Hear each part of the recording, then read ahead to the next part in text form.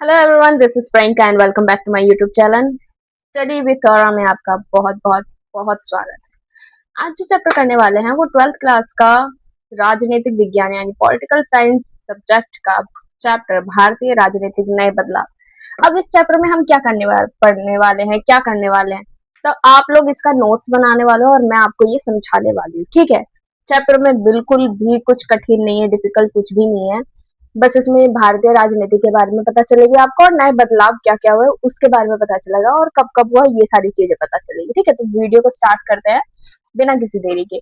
चलो, 990 के दशक के बाद भारतीय राजनीति में कई परिवर्तन देखने को मिले। ठीक है, नए दलीय प्रभुत्व समाप्त हुए और गठबंधन सरकारों का दौर शुरू हुआ। ठीक है, आर्थिक उदारीकरण, क्षेत्रीय दलों का प्रभाव, सामाजिक न्याय की राजनीतिक तथा नए राजनीतिक मुद्दों का उदय हुआ। भारत की राजनीति की प्रमुख विशेषताएं बन गए। मतलब ये जो उदारीकरण हुआ, क्षेत्रीय दलों का प्रभाव हुआ, जो सामाजिक न्याय हुई, राजनीतिक में नए नए तकनीकें मुद्दे आए, तो वो चीज भारत की राजनीति में प्रमुख विशेषता वो चीज बन गई। ठीक है, आ जाओ नेक्स्ट पे क्या है। भारतीय राजनीति में नए बदलाव क्या क्या हुए वो चीज देखते हैं। गठबंधन राजनीति। ठीक है, जब कोई एक दल पूर्ण बहुमत प्राप्त नहीं करता तब कई दल मिलकर सरकार बनाते हैं। ठीक है, उसको गठबंधन राजनीति कहते हैं। ठीक है, विशेषता क्या आ जाती है इसमें, अनेक दलों की भागीदारी होती है। ठीक है, साझा न्यूनतम कार्यक्रम रहता है। ठीक है, ओके। सहयोग और समझौते की राजनीतिक इसे माना जाता है और उसी बेस पे ये चलता भी है। ठीक है, क्षेत्रीय दलों और महत्वपूर्ण भूमिका इसमें आ जाती है। इसकी विशेषताएं ये है। ठीक है, क्षेत्रीय दलों की महत्वपूर्ण भूमिका। ठीक है, लाभ अब देख लेते हैं।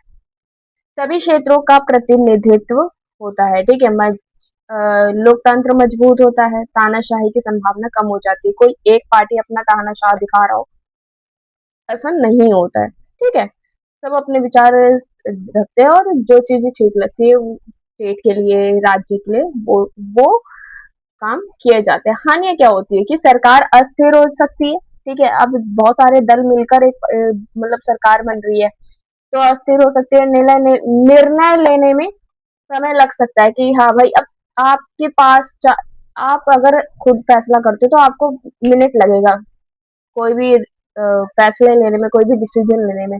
बट आपके साथ चार लोग हैं, आप जैसे घर में भी कोई अगर फैसले लेने हो या तो कुछ भी हो तो घर में भी आप डिस्कस करते हो, है ना। तो निर्णय लेने में डिस्कस करने में टाइम लग जाता है, तो वही चीज है, निर्णय लेने में समय लगता है। छोटे दल अधिक दबाव बना सकते हैं, छोटे दल और अधिक दबाव बना सकते हैं कि भाई ये ऐसे ऐसे करोगे हम जीते नहीं देना कैसे, तो बहुत सी बातें होती है।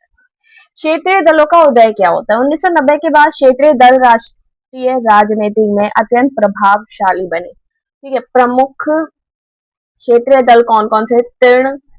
तृणमूल कांग्रेस पश्चिम बंगाल में थे, बीजू जनता दल ओडिशा में थी, द्रमुक तमिलनाडु में थे, अन्ना द्रमुक ये पता नहीं कहाँ पे था, और बाकी ये पार्टी तेलुगु देशम पार्टी, राष्ट्रीय जनता दल, समाजवादी पार्टी तो यूपी में, आई नो दैट, मैं यूपी से हूँ ना इसलिए, और बहुजन समाज पार्टी। ठीक है, तो ये सारे क्षेत्रीय दल प्रमुख क्षेत्रीय दल माने मतलब है, और कारण है कि क्षेत्र पहचान, भाषा एवं संस्कृति, स्थानीय समस्या और राज्यों के विकास की मांग।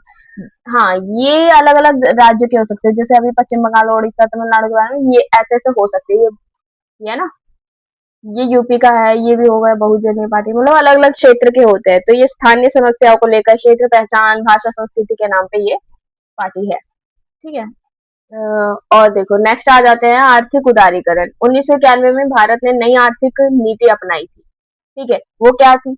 प्रमुख तत्व उदारीकरण, निजीकरण, वैश्वीकरण, ये तत्व थे। प्रभाव क्या पड़े? सकारात्मक देख लेते पहले। विदेशी निवेश बढ़ा, रोजगार के नए अवसर बने, उद्योगों का विकास हुआ और तकनीकी प्रगति प्रगति हुई। और नकारात्मक में क्या आ गया कि अमीर गरीब की खाई बढ़ गई, मतलब अमीर अमीर ज्यादा हो गया, गरीब और ज्यादा गरीब हो गया। छोटे उद्योग प्रभावित हुए।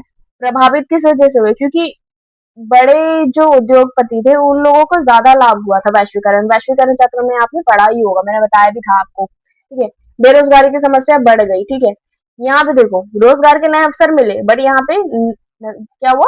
बेरोजगारी की समस्या, मतलब बेरोजगारी पूरी तरह से समस्या खत्म नहीं हुई थी और ज्यादा बढ़ गई थी। ठीक है, नेक्स्ट देखते हैं कि क्या है। नेक्स्ट देख लेते हैं सामाजिक न्याय की राजनीति क्या है। देख लेते हैं उद्देश्य। इसका उद्देश्य रहता है कि समाज के कमजोर वर्ग का को समान अवसर प्रदान करना। समान मतलब जो क्या कह रही हूँ मैं, ये एससी ओबीसी के बारे में सुना होगा ना, उनको स्कॉलरशिप ज्यादा मिलती है, कम नंबर में भी सरकारी नौकरी नौकरी लग जाती है। सुना होगा ना, जो जनरल वाले वो अच्छे से जानते हैं, जैसे कि मैं, जैसे कि आप। ठीक है, ये तो राजनीतिक है या सामाजिक न्याय राजनीतिक, तो हम उनको भी कुछ नहीं बोल सकते। चलो छोड़ो, वो बात की बात है। प्रमुख कदम मंडल आयोग की सिफारिशें लागू। पिछड़े वर्गों को 27% आरक्षण। देखो 27% आरक्षण है, ठीक है। अनुसूचित जाति और अनुसूचित जनजाति एससी ओबीसी वाले के अधिकारों का विस्तार। ठीक है, ये इसके उद्देश्य थे और ये इसका कदम। तो आप इसे अच्छे से लिख सकते हैं अगर इसका क्वेश्चन आता है तो। ठीक है, मुझे आप पे पूरा भरोसा है। नेक्स्ट, पहचान की राजनीति। राजनीति में जाति, धर्म, भाषा तथा क्षेत्र के आधार पर समर्थन प्राप्त करने की प्रवृत्ति को पहचान की राजनीति कहते हैं, आइडेंटिटी पॉलिटिक्स। ठीक है, प्रभाव देख लेते हैं सकारात्मक और नकारात्मक क्या होता है, समझ में नहीं आया मैं दोबारा बता देती हूँ। राजनीतिक में राजनीति में धर्म, जाति, भाषा तथा क्षेत्र के आधार पर समर्थन प्राप्त करने की प्रवृत्ति, जैसे जो नेता लोग किए जाते हैं, ठीक है, वो चीज। अब सकारात्मक क्या पड़ता है कि वंचित वर्ग को प्रतिनिधित्व मिला। ठीक है, और नकारात्मक क्या हो जाता है कि सामाजिक विभाजन बढ़ सकता है, ठीक है, और सांप्रदायिक तनाव उत्पन्न हो सकती है।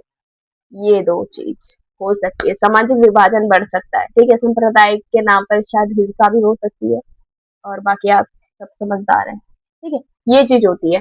लोकतंत्र का विस्तार। भारतीय लोकतंत्र पहले की तुलना में अधिक व्यापक हुआ है। परिवर्तन क्या क्या आए हैं, महिलाओं की भागीदारी बढ़ी है, युवाओं की भागीदारी बढ़ी है, पंचायतों में महिलाओं को आरक्षण मिला है, मतलब पंचायत में वो भी रह सकती हैं। चुनाव आयोग अधिक प्रभावी हुआ है। ठीक है, लोकतंत्र विस्तार इस वजह से हुआ है। ठीक है, मीडिया और सूचना क्रांति का देख लेते हैं। भूमिका जो रही है मीडिया और सूचना क्रांति की, वो जनता तक सूचना पहुंचाना काम है ये तो। वैसे सरकार की जवाबदेही तैयार करना। ये जो है ना, मतलब सरकार क्या कर रही है क्या नहीं कर रही है, अगर कुछ बिगड़ा हुआ है तो उसे कब सुधारेंगे, ये जवाब मीडिया का ये ज्यादातर काम यही है। बट आजकल मीडिया कुछ और ही काम कर रही है। ठीक है, तो वो टॉपिक अलग है, उसकी बात हम किसी और वीडियो में करेंगे, बाकी छोड़ो। चुनाव प्रचार में सोशल मीडिया का उपयोग। चुनाव प्रचार में सोशल मीडिया का उपयोग, ठीक है, समझ गए आप। नेक्स्ट पे आते हैं, भारत भ्रष्टाचार भ्रष्टाचार विरोधी आंदोलन।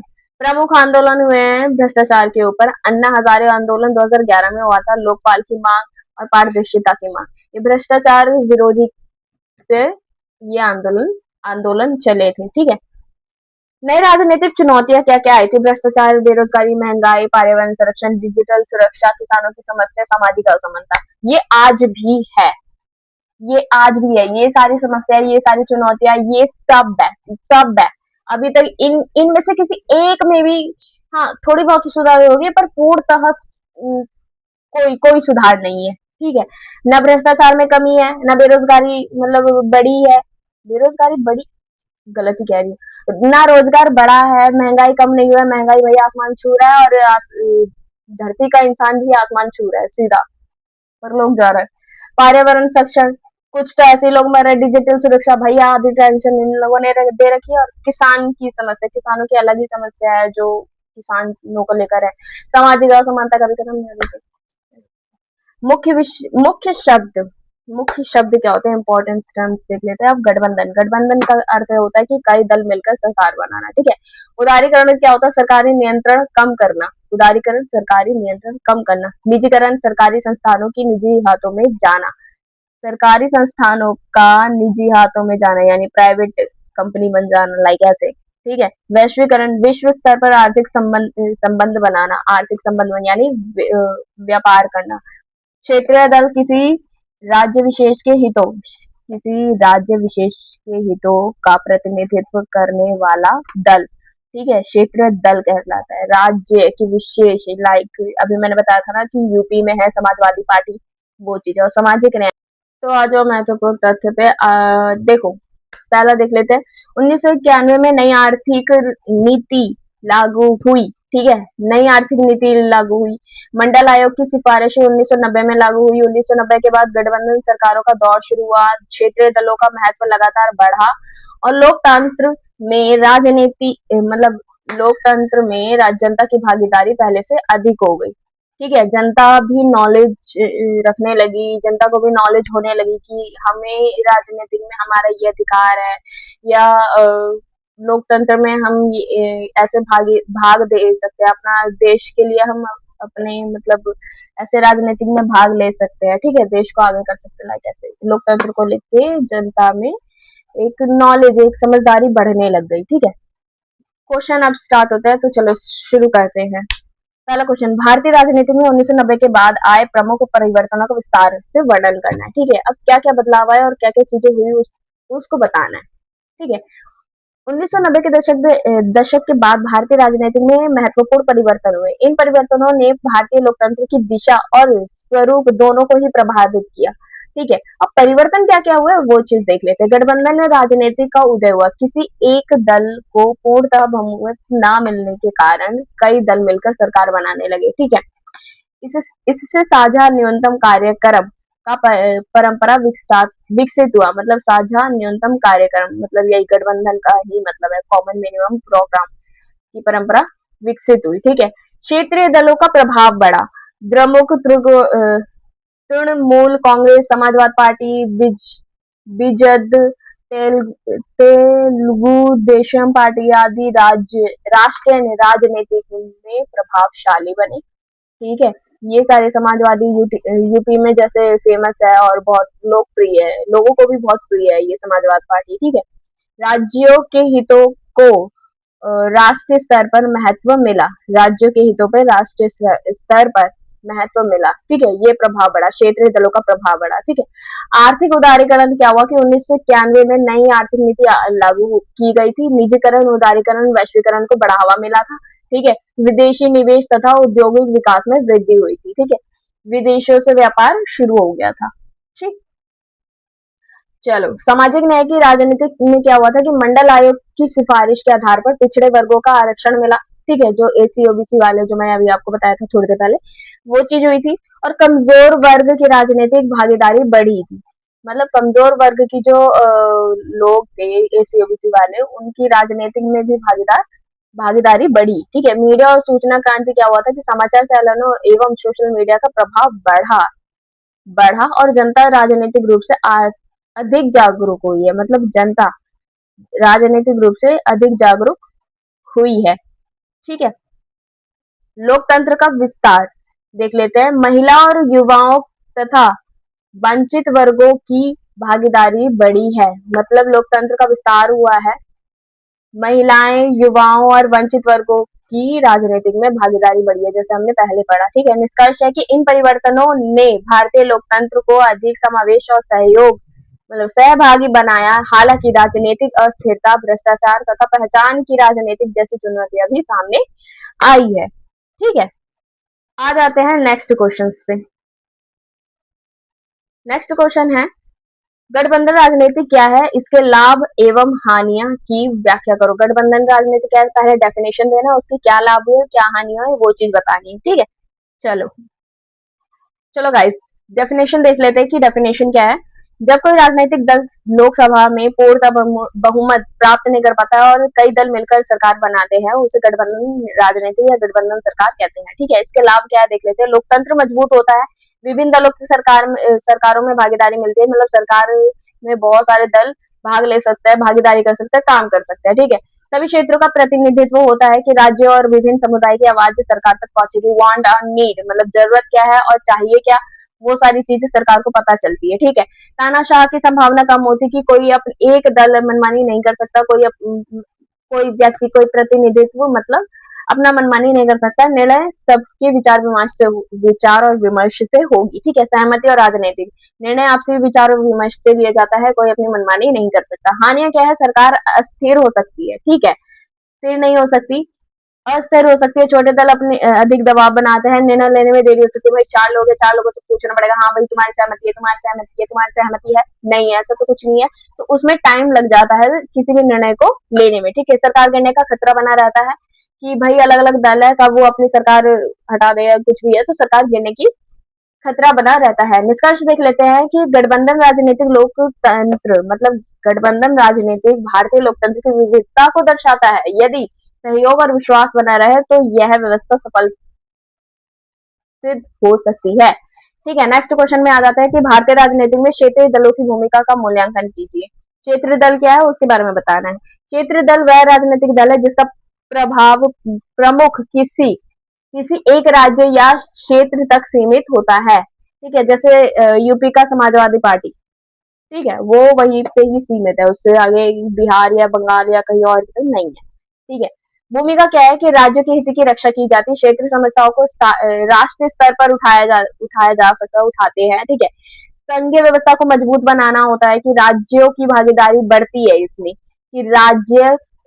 मतलब नॉलेजेबल हो रहा है, उसको समझ आ रही है राजनीतिक में हमारा क्या कार्य है और क्या हम कर सकते हैं। ठीक है, गठबंधन सरकारों की महत्वपूर्ण भूमिका, केंद्र सरकार के गठन में सहयोग करते हैं। ठीक है, स्थानीय विकास, क्षेत्र विकास विशेष के विकास पर ध्यान दिया जाता है। एक क्षेत्र है, उस क्षेत्र के विशेष प्रगति विकास पर ध्यान दिया जाता है। ठीक है, नेक्स्ट मतलब देख लेते हैं सकारात्मक पक्ष क्या है। लोकतंत्र अधिक प्रतिनिधि बनता है। ठीक है, स्थानीय समस्याओं का समस्या का जो समाधान है वो होता है। ठीक है, क्षेत्र पहचान को सम्मान मिलता है। नकारात्मक पक्ष देख लेते हैं, कभी कभी सक्रिय क्षेत्र हितों की प्राथमिकता नहीं मिलती। ठीक है, प्राथमिकता रुको मैंने कुछ गलत बोला है। कभी कभी सक्रिय क्षेत्रीय हितों को प्राथमिकता मिलती है, मतलब सक्रिय क्षेत्रीय प्राथमिकता मिलती है।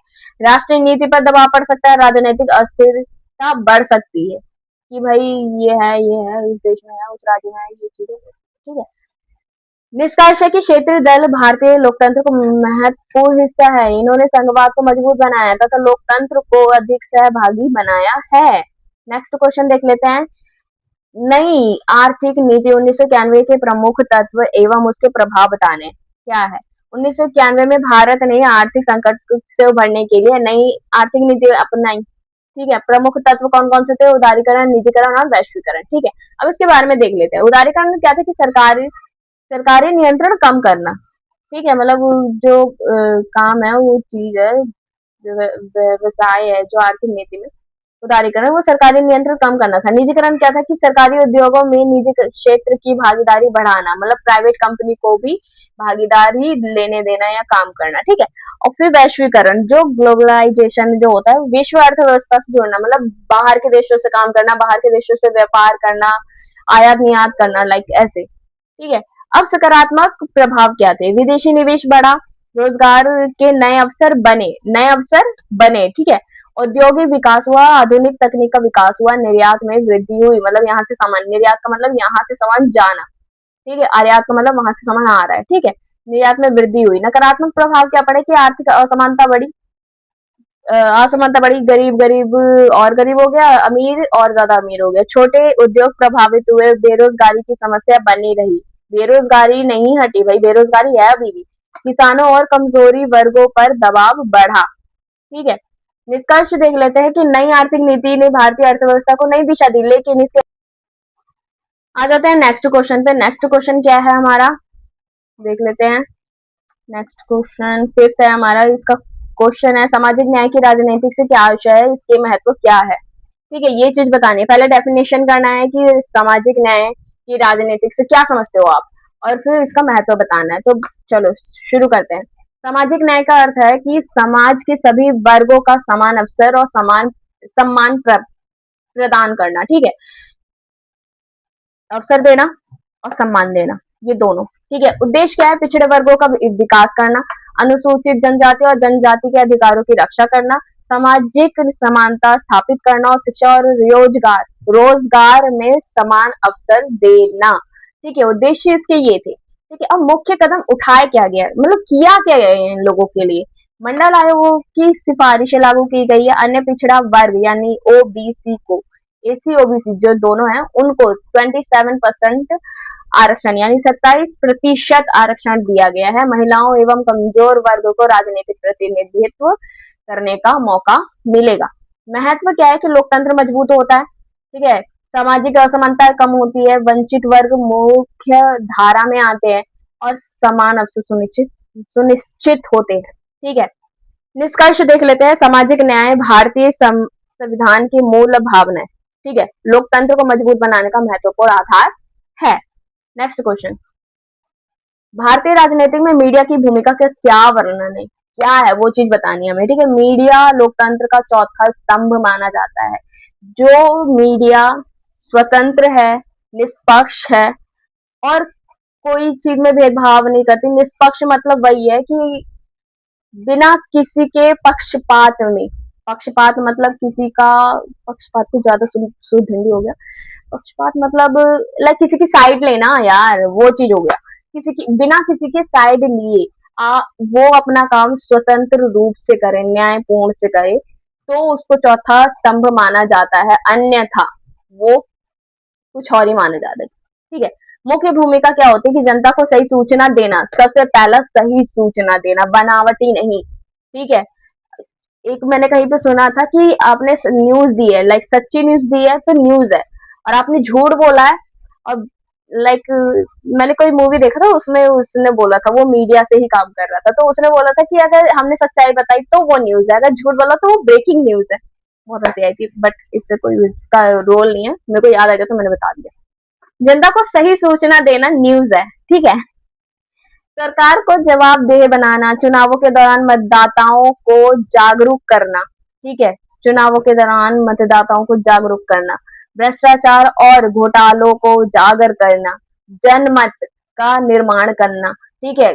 कई हद तक अगर देखा जाए, जो सीबीआई होते हैं उनका थोड़ा बहुत काम तो ये करती है, ठीक है। बहुत से मैंने देखा है न्यूज से रिपोर्टर, पहले मेरा ये कभी शौक हुआ करता था कि बनना है, तो न्यूज रिपोर्टर को लेकर ना बहुत चीजें मैंने सर्च की थी, मूवीज देखी थी, तो उसमें मैंने बहुत मतलब उस चीज को लेकर ना रिस्पेक्ट आई थी। बट कुछ दिनों से जो ये न्यूज चलन कर रही है ना, मैं आई हैव नो वर्ड्स, ठीक है। अपने क्वेश्चन पे आते हैं बैक। सकारात्मक प्रभाव क्या पड़ा कि पारदर्शिता बढ़ती है, लोकतंत्र मजबूत होता है, नागरिकों को भागीदारी बढ़ती है क्योंकि मीडिया उन लोगों का साथ देती है, जनता का निर्माण मतलब जनमत का निर्माण करती है और सरकार को जवाबदेह बनाती है, तो लोगों को भी सूचित होता है कि अब देखो, पारदर्शिता बढ़ती है, लोकतंत्र मजबूत होता है और नागरिकों की भागीदारी बढ़ती है। नकारात्मक प्रभाव क्या पड़ता है कि फेक न्यूज का प्रसार, फेक न्यूज, वही मैंने कहा ना कि सच्ची है, सही है न्यूज, तो न्यूज है, फेक न्यूज है तो वो ब्रेकिंग न्यूज है, लाइक ऐसी चीज हो जाती है। पक्षपात पूर्ण समाचार, पक्षपात किसी के साइड लिए बिना समाचार होना चाहिए, ठीक है, बट ऐसा नहीं है।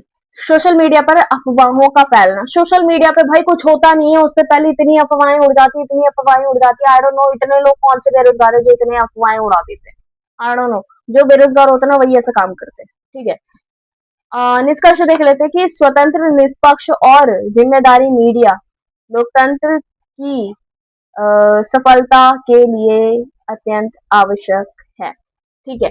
अब इसको पढ़ लेते हैं दोबारा से क्योंकि आपको, मुझे नहीं लग रहा कि आपको समझ में आए। स्वतंत्र और निष्पक्ष, मैंने बोला ना, स्वतंत्र और निष्पक्ष और जिम्मेदारी मीडिया लोकतंत्र की सफलता के लिए अत्यंत आवश्यक है। लोकतंत्र सफल अगर है तो आप कई हद तक मान लो कि वहां की मीडिया बहुत बढ़िया है, ठीक है। नेक्स्ट क्वेश्चन, तो नेक्स्ट क्वेश्चन देख लेते कि क्या है। भारतीय राजनीति में समक्ष, जो भारतीय राजनीति है उसके समक्ष, उसके सामने वर्तमान प्रमुख चुनौतियों का वर्णन करना है। अब चुनौतियां क्या क्या आई उसको बताना है, ठीक है। भारतीय राजनीति के जो सामने है वो बहुत सी चुनौतियां आई, उसको देख लेते हैं। जैसे मैंने अभी बताया था आपको, भ्रष्टाचार, बेरोजगारी, महंगाई, जाति एवं सांप्रदायिकता, राजनीतिक का अपराधीकरण, धन बल एवं बाहुबल का प्रभाव, लाइक चुनाव में पड़ता है ये सब, पर्यावरण संरक्षण, डिजिटल सुरक्षा एवं साइबर अपराध, किसानों और युवाओं की समस्या। एक और चीज ऐड करनी चाहिए इसमें, लाइक रेप केस, ठीक है। और एक और चीज वो करना चाहिए, हत्याएं, मर्डर, ये भी समस्या है भाई। ये भी भारत में हो रहे हैं और बहुत ज्यादा तादाद में। भाई मैं इंस्टाग्राम ऑन नहीं करती, उससे पहले 4 न्यूज ऐसी आ जाती कि मेरा दिमाग खराब हो जाता, मैं बंद कर देती हूँ उसको। भाई मेरा इंस्टाग्राम इतना मतलब एक वो हो गया ना, न्यूज चैनल की तरह हो गया, कुछ होता नहीं है उससे पहले मेरे पास आ जाता है। उससे पहले तो नहीं, मतलब आ जाता है यार, इतना इतनी ऐसी ऐसी न्यूज आ जाती है ना भाई। किसी लड़की को मार दिया प्यार के चक्कर में, किसी लड़की ने मना कर दिया उसको मार दिया, ससुराल वालों ने दहेज के चक्कर में मार दिया, किसी लड़की का रेप हो गया। भाई क्या है, या तो माँ बाप अपने बच्चों को एजुकेट नहीं कर पा रहे ढंग से, या तो बच्चे डेवलप नहीं होना चाह रहे, या फिर उनके इंद्रियों पर, उनके शरीर पर खुद का कंट्रोल नहीं है। तो फिर ऐसे बच्चों को तो यार जिंदा रहने की कोई जरूरत नहीं है, वो बच्चे नहीं वो हैवान है। जब दूसरों के साथ गलत करने वाला इंसान नहीं समझ सकता, यार ये प्रवचन में बाद में दूंगी, क्वेश्चंस करते हैं। ठीक है। राजनीतिक, भारतीय राजनीति के सामने अनेक चुनौतियां आई हैं और उस पर काम करना चाहिए। ठीक है, कि चुनौतियों का सामना करना चाहिए, उसका समाधान निकालना चाहिए, या तो हार जाओ या तो पार जाओ। ठीक है। तो मुझे लगता है कि मेरे साथ जो जुड़े हैं वो पार ही जाएंगे। ठीक है। हारेंगे बिल्कुल नहीं। कोई बात नहीं, हार में अगर थोड़ी देर रुकना है आपको तो रुक जाओ, कोई बात नहीं। बैठो थोड़ी देर, पानी पियो, कुछ करना है कुछ करो, बट शांत रहो अभी थोड़ी देर। अगर नहीं हो कुछ हो पा रहा है तो शांत रहो। ठीक है। फिर आगे से रीस्टार्ट करो। चलो क्वेश्चन दोबारा देख लेते हैं, आंसर देख लेते हैं कि सामने ये सारी चुनौतियां आई हैं, हमने देख लिया था। समाधान क्या है इसका? पारदर्शी शासन, चुनाव सुधार, शिक्षा एवं रोजगार का विस्तार होना चाहिए। ठीक है। अब देखो सिंपल सी बात है, अगर लोगों को रोजगार और शिक्षा मिलेगा तो कई हद तक वो अपने डेवलप के बारे में सोचेगा, और ये सारी चीजें समाधान के रूप में देखी जा सकती है। भ्रष्टाचार पर कठोर नियंत्रण होना चाहिए। भ्रष्टाचार क्या हो गया? घूस पे जॉब मिल रही है, या फिर कोई किसी को मतलब पैसों के रौब पे, ऐसे बहुत सी चीजें हो जाती है जो नियंत्रण करना जरूरी है। सामाजिक सद्भाव को बढ़ाना, सामाजिक सद्भाव को बढ़ाना, भाई हम किसी के साथ कोई बुरा ना करे, सब अपने आप, मतलब अपने आप को यार जिम्मेदार नागरिक समझे। बच्चा बना या मतलब बचपना ना करे, एक दूसरे को समझे और सबकी हेल्प करे। ठीक है। निष्कर्ष, इन चुनौतियों का समाधान लोकतांत्रिक मूल्य, सुशासन और जन भागीदारी से ही संभव है। चुनौतियों का समाधान किससे हो सकता है? मूल्य, लोकतांत्रिक मूल्यों से, सुशासन से और जन भागीदारी से ही संभव है, क्योंकि जनता को अच्छे से पता है कि उसकी नीड क्या है और उसकी वांट क्या है। ठीक है। तो चैप्टर यहीं पे समाप्त होता है। आज कुछ ज्यादा मैंने प्रवचन दे दिया और वीडियो भी बहुत ज्यादा लॉन्ग हो गई है। मैं अगली बार से बहुत ध्यान रखूंगी कि वीडियो ज्यादा लॉन्ग ना हो और मेरे ऐसे प्रवचन बीच बीच में शुरू ना हो, मेन टॉपिक में आपको करवाऊँ। ठीक है, तब तक के लिए be happy, stay safe, stay healthy. मिलते हैं नेक्स्ट वीडियो में। बाय बच्चों।